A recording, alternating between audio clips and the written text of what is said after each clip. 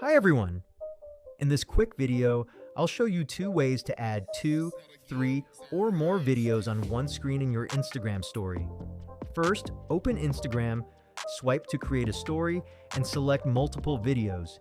But Instagram only adds them in sequence, not on the same screen. So here's a trick. Use the free CapCut app from the App Store or Google Play. Open CapCut and start a new project by adding your first video.